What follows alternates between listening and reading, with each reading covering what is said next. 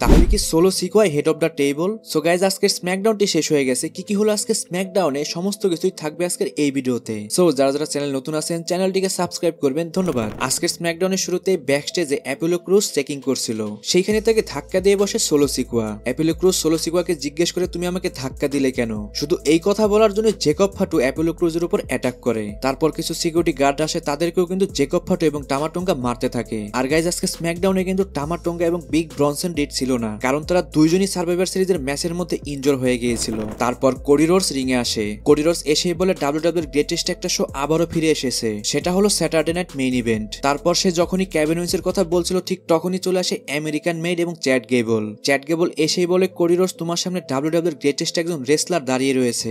এই কথাটা শুনে সবাই তাকে বু করছিল। চ্যাট গেবল আরো বলে এটা আমার হোম টাউন, আমি জানি এখানকার লোকরা কেমন, এরা সবাই সিম্পল মাইন্ডের। এই কথা শুনে কিন্তু চ্যাট গেবলকে সবাই আরো বেশি বু করছিল, কিন্তু চ্যাট গেবল তাও থামে না। সে কোরিডোরসকে বলে তোমাকে যেভাবে কেভিন ওয়েন্স ধোকা দিয়েছে ঠিক সেভাবে আমাকে ওটিস ধোকা দিয়েছে, তোমার এবং আমার একটা জিনিসই নেই, সেটি হলো রিয়াল ফ্রেন্ড। তারপর চ্যাট গেবল কোরিডোরসের আরো কিছু প্রশংসা করতে থাকে, কিন্তু এর উত্তরে কোরিডোর চ্যাট গেবলকে শর্টিজি বলে অপমান করে। তখনই চ্যাট গেবল অনেক রেগে যায়। চ্যাট গেবল বলে যদি আমি এখন স্যুট বুট পরে রেডি না হয়ে আসতাম তাহলে এখনই আমি তোমাকে ডিস্ট্রয় করে দিতাম। তখন কোরিডোরস বলে তুমি এখন আমার সাথে গ্যাঞ্জাম করবে এবং নিকোলডিসের কাছে যে বলবে আমার সাথে তুমি ম্যাচ চাও, কিন্তু আমি তোমাকে কোনো ম্যাচ দিব না, আমার ফোকাস এখন শুধু কেভিন ওয়েন্সের উপর। গাইস এখানে কোরিডোরস চ্যাট গেবলকে ম্যাচ না দিলেও আজকে কিন্তু মেইন ইভেন্টে তাদের মধ্যে একটা ম্যাচ ফাইনাল হয়ে যায়। তারপর ব্যাকস্টেজে পেপার নেভিন এবং চেলসি গ্রিন বিয়াঙ্কা ব্লেয়ারের উপর অ্যাটাক করে। তারপর নিওমি ভার্সেস লোপেজ ভার্সেস টিফিনির ট্রিপল থ্রেট একটা ম্যাচ শুরু হয়ে যায়। আর গাইস এই ম্যাচটা ছিল কিন্তু ইউএস টাইটেলের জন্য টুর্নামেন্টের ম্যাচ। যেমনটা আমরা জানি ট্রিপল থ্রেট ম্যাচ মানে অনেক অ্যাকশন হবে এখানে।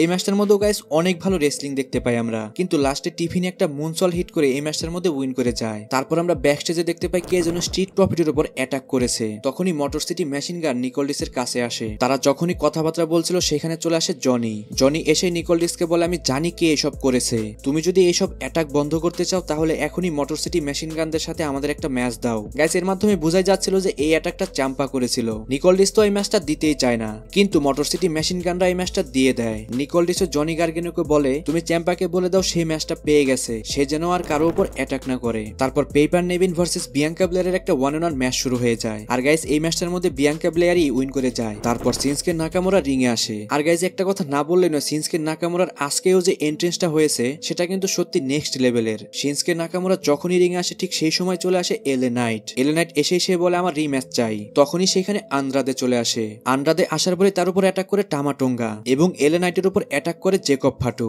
যখনই তারা সিনস্কে নাকামোরার উপর অ্যাটাক করতে যাবে ঠিক সেই সময় সিনস্কে নাকামোরা তার মুখ থেকে একটা লিকুইড বের করে, যেটা দেখতে কিন্তু গাইস ফানিই লাগছিল, কিন্তু এটা দেখে কিন্তু সোলো সিকোয়া ভয় পাচ্ছিল। সে জেকব ফাটুকে আটকে দেয় এবং নাকামোরাকে সেখান থেকে যাওয়ার সুযোগ করে দেয়। তারপর সোলো সিকোয়া বলে তোমরা কি মনে করেছো ব্লাড লাইন শেষ? তোমরা কি মনে করেছো আমরা হেরে গেছি, আমরা এর জন্য উইক হয়ে গেছি, আমাদের দুজন মেম্বার নেই এজন্য আমরা কিছু করতে পারবো না? অবশ্যই আমি পারবো, কারণ আমি ট্রাইবল চিফ, আমি হেড অফ দ্য টেবল, আমার কাছে রয়েছে উলাফালা। তারপর সে সবাইকে একনলেজ করতে বলে। সো গাইস এই সেগমেন্টের মাধ্যমে একটা জিনিস কিন্তু শিওর, যতক্ষণ পর্যন্ত সোলো সিকোয়ার কাছে উলাফালা থাকবে ততক্ষণ পর্যন্ত সোলো সিকোয়াই হেড অফ দ্য টেবল। এখন যদি রমিন রেন্সকে হেড অফ দ্য টেবল হতে হয় তাহলে তাকে অবশ্যই এই উলাফালা মালাটা জিততে হবে। তারপর একটা ভিডিও প্লে করা হয় যেখানে কেভিন ওয়েন্সকে একটা গাড়ির ভিতরে দেখা যায়। সেইখানে কেভিন ওয়েন্স বলে আজকে স্ম্যাকডাউনে আমার একটা ইন্টারভিউ নেওয়ার কথা মাইকেল কলের, কিন্তু আমি স্ম্যাকডাউনের এরিনার ভিতর যাব না, আমার যদি ইন্টারভিউ নিতেই হয় তাহলে আমার গাড়ির ভিতর এসে ইন্টারভিউ নিতে হবে। তারপর motor city machine gun versus DIY এর ট্যাগ টিম চ্যাম্পিয়নশিপ ম্যাচ শুরু হয়ে যায়। ম্যাচটির মাঝখানে জনি গার্গন এবং টমাসো চাম্পার মধ্যে ঝামেলা শুরু হয়ে যায়। জনি তো চাম্পাকে একটা ধাক্কাও দিয়ে দেয়। চাম্পা বলে ডিআইওয়াই শেষ। সে এই কথা বলে একটা চেয়ার নিয়ে আসে জনিকে মারার জন্য।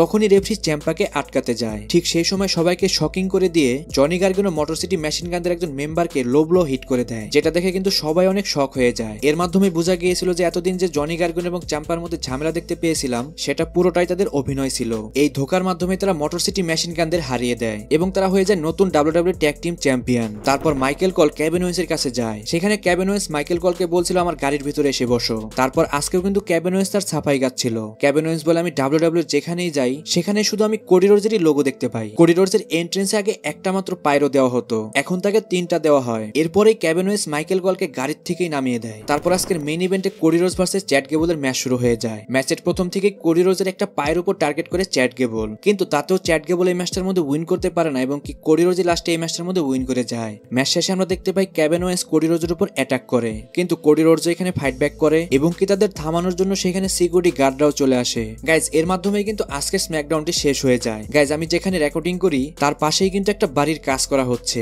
এই জন্য হয়তো ভিডিওতে একটু নয়েজ শুনতে পাচ্ছেন, এই জন্য গাইজ আমি দুঃখিত। একবার তো আজকের ভিডিও দিতে চাচ্ছিলাম না, তারপরেও দিয়ে দিলাম। যদি কোনো ভুল ত্রুটি হয় অবশ্যই জানিয়ে দিবেন। সো গাইজ আজকের ভিডিও এই পর্যন্তই। রেসলিং সম্পর্কে সমস্ত নিউজ এবং আপডেট জানার জন্য চ্যানেলটিকে সাবস্ক্রাইব করবেন।